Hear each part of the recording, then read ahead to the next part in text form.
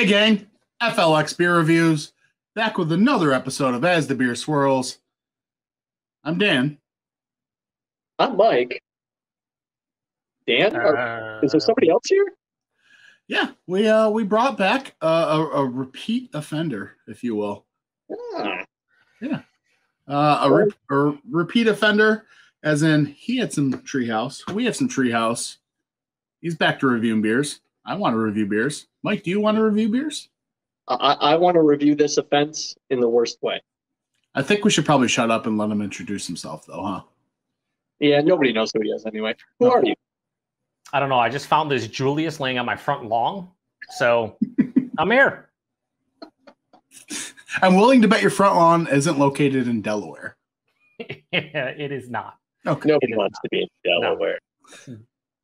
No, this is Joe from the Beer PaTroll. Yeah. Hi. Welcome, sir. I can't believe you guys invited me back. What a mistake. Yeah. It's the beer, really. Yeah, it is. That's it. The funny thing is that whoever's watching this channel, they know who he is. It's just, it is what it is. The YouTube algorithms, like, they just directly just cut our video off in the middle of it and just send it back to Joe's channel. Just go watch this guy. YouTube algorithms that don't care about beer tube in general. All right. So yeah, like we said, this is Tree House. Been sweating sitting out. This is their Julius. This is their flagship IPA. It's got a whole bunch of crap on the back that I don't want to read. I don't either. I'm gonna go. I do, but it's your channel. I'll tell you what. So mine says Tuesday, Julius, on the bottom, and it was canned on 8/10/21. What about you, gentlemen? Exactly. What time, though? Oh, this is 8/47/16. So is mine. Mine 7/06. Your guys is super fresh. Oh, so fresh. Hyper fresh. All right, I gotta leave. We can't do this. All right, I'll tell you what. You guys can pour it, and I changed my mind. I'll read part of the back just for you, Joe. Nah, you don't want to. Joe, they're pretty excited that you're holding their flagship IPA in your hand. That's the gist of it. Mm-hmm. And Julius is filled with a bunch of bright tropical notes, such as blank, blankety blank, blank, blank. Oh, yeah, for sure. I like all the blanks. Yeah, I like all the blanks. I don't like saying them because then, I think my mind gets influenced. I'm just like, One thing I hate about Tree House with a fucking passion, an absolute passion, is how good they smell when you pour them out of the fucking can into the glass. I got a cloud just blasted in my face. Dude, and it's what the fuck? Yes, I don't know. It smells so good. I thought you were going a completely different way with that. I thought you were going to say the one thing I love about Tree House is that they have Jay Peterman writing the back of their cans. No one gives a shit, honestly. Well, this looks great in proper glassware. It does. Yeah, it does. I mean, we all got the black Tree House logos. Yay! So what I'm looking at here, this is orange hazy beer. Oh my god, it's a little bit darker than I remember. Hey, listen, you can hear the bubbles. Oh, hang on, I got the mic here. Get in there. Oh yeah. I really don't have a conversation bubbles going crazy, so it matches the can almost like the Treehouse logo. The one thing I remember, so I've had this a couple times. I know you guys both have said you have not had the base Julius before. I know you've reviewed King Julius, but you haven't had this, right? No, I've had Julius once. Okay, you've had it. Well, not you, but him. But my palate was dramatically different when I had. Okay. Julius. So this is it's new for me. Well, I wasn't going so much about the palate. I'm just saying the look of it. And all 3 times I've had it, it looks exactly like this. It's like a darker, it's almost like a darker mango juice. It's not straight on orange juice. It's definitely darker than that. Yeah, I agree. Yeah, touch darker, but it's a very rich orange. Yeah, it's so deep. It's the turbidity through the roof, daddy. All right, I'll tell you what. Let's get a whiff on it, shall we? I already have, so we might as well get an official. Okay, dude. Holy shit! It smells exactly. They put Julius on. That's the name of the beer. It's their flagship, and there's a reason they call it Julius. There is an absolutely incredibly insane amount of orange and tangerine just ripping off the top of it. Unbelievable amount. It really, that's an unreal smell. I when I first opened it and poured it, the first two aromas I got were a fruit cup of mandarin oranges and some ecto cooler. Like, okay, yeah, no, I can see that. And you guys have had orange Julius before, I'd assume, the actual drink, right? Yeah. Okay, so when I was pouring this, I was almost getting like orange creamsicle, orange Julius actual vibes when I was pouring it. Right now, not as much. It's more focused on the fruit, not as much on like this, like the vanilla or like the sweeter aspect. It just smells like fruit juice, like specifically any kind of orange you want to name, and tangerine for me. I'm getting a lot more when I smell the can. I still have like probably a little bit in my can. Yeah, I got a little bit too. I'm getting more of like the orange Julius, orange creamsicle out of the can. Yeah, like that's it's personified. As I swirl the glass, I'm getting more of the cream. Right. And I filled my cup too much. And in the glass, I'm also getting like an actual. No secret sips, Dan. No secret sips. Jesus. No secret sips here. None to be had, sir. I love the one review you guys did recently where you did that, and you're like, "Don't tell him, don't tell him." That was great. The fact is, Mike didn't even know. I was like, "So, did you watch today's video?" And he's like, "No, why?" I was like, "Okay." Mike is a I'm ready to dive in. Let's dive in. All right, boys. Cheers. Cheers, boys. Thanks for having me again. Yeah, no, thanks for stopping by. Your fault.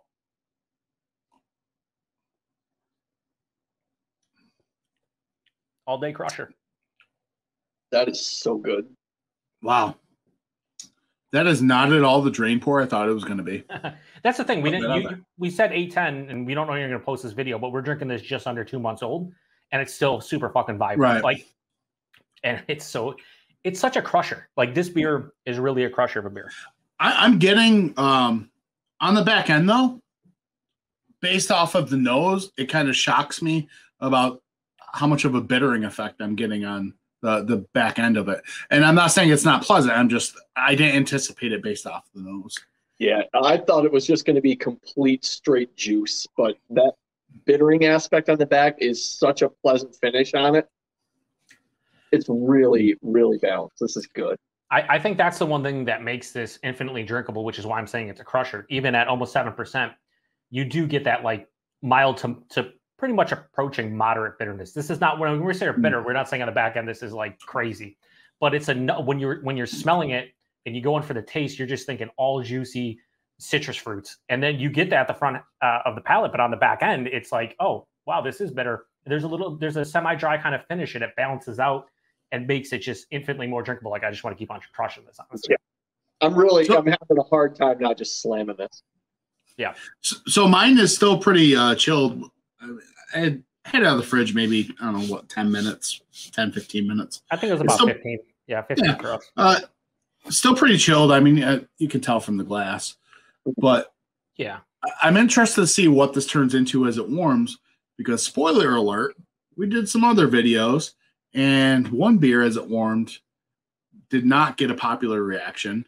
And then another beer as it warmed, it actually turned into like this big juice monster. And I was like, oh, wow, this is, changing for the better. So, well, yeah, the beers that he's referring to, hopefully he posts the one before this one, which is Queen Machine Amarillo.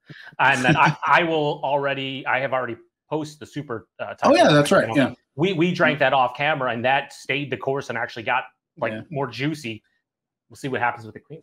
Yeah, I mean, as you watch this video, we'll probably be in the middle or towards the tail end of our theme week of Tree House. You should have said that earlier. So good, man. Like, this is review number. We don't know of theme week. Like, you just made something up. No, I don't plan that far ahead. I'm not gonna back myself into a corner like Nerd Sense does, where they make the mistake of saying it on the channel, then they have to do it. That's a Nerd Sense. What am I, a rookie? In all its glory. Oh, you're calling them rookies. That's messed up. But they are. Anyway, so Julius, this is the flagship, right? They say it's the flagship specifically. No. And it's like, this is a great flagship beer. Like, there's a reason why they brew it all the time. So this is what, now when I want to go over like what they say on the can, because I think it's fun to go back. Okay. So they say it's a bright tropical beer filled with notes of peach, mango, passion fruit, and a melange of citrus. And it is gentle on the palate While still incredibly hop saturated, it is the result of our uncompromising dedication to fresh, progressive, delightful beer. We hope you enjoy it with laughter, good cheer, and in the company of those you love. Son of a bitch. Dude, we are doing them a service right here. We're laughing. We're having a good time in the room with some people we love. And hey, I'll tell you what. I will say this is pretty progressive. I've never had such a progressive beer in my life. I'm here because I hate everybody. The thing is that with this beer, though, you know, with those tasting notes, I'm getting the peach, like more of like a under-ripened peach, kind of like closer to the pit, not real sweet. But outside of that, I'm just getting that in the citrus. Like I'm not getting passion fruit. I'm not getting mango. I was going to say, I'm not getting passion fruit at all. So. Now, see, now that they said it, I am getting like a little bit over-ripened, like stone fruit. See, I'm getting under-ripened. And I feel like I'm getting at the back, like towards the back of the palate, where it's like that bittering aspect is not to me like a citrus rind or like a pith. It's more like an under-ripened kind of peach, kind of like. Do you ever bite into like get close to let's say an under-ripened peach in general, where it's not really sweet, a little bit of tartness, a little bit of bitterness. It's kind of what I'm getting, but I mean, there's a lot like passion fruit, such a distinct flavor. Like you would think that if we got there, we'd be like, oh yeah, it's totally passion. Like there's no passion fruit here. Yeah, I'm not getting much passion fruit. It's no.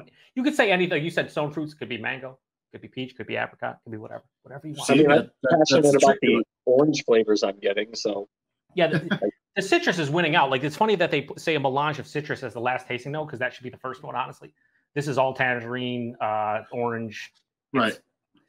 The beer's named after orange juice. I think as we're going and as it is starting to warm a little bit, I am getting like that over-ripened peach aspect, and it's coming on the back end with that bittering aspect. Like you get like the pit. See on the back end, I'm really enjoying that's not like the bittering could be generic, and a lot of times you get that like generic bittering. I'm actually getting the pithy citrus like bittering or like a zest, like something that isn't the sweet part of the orange or tangerine, and that's what's left on my palate. Like you can't just bit right into an orange, like straight flesh and all, or skin and all. Yeah, definitely. It's like when you were a kid maybe and got some oranges cut up, and like everyone as a kid did this, where you're biting it off the peel and you put the peel in your mouth and you smile and you're like, oh, look at me, you know, that's the taste you get. Exactly. And that's on the back end. Yeah, it's like juice up front and then you get like the peel on the back end. And it's just like, it's cool because I feel this has a lot of complexity just to the citrus part of it. Like you could sit here, we sat here and talk about like citrus for like 5 minutes because it is that complex. For a 6.8% adjunct free, just American IPA, I'm all in.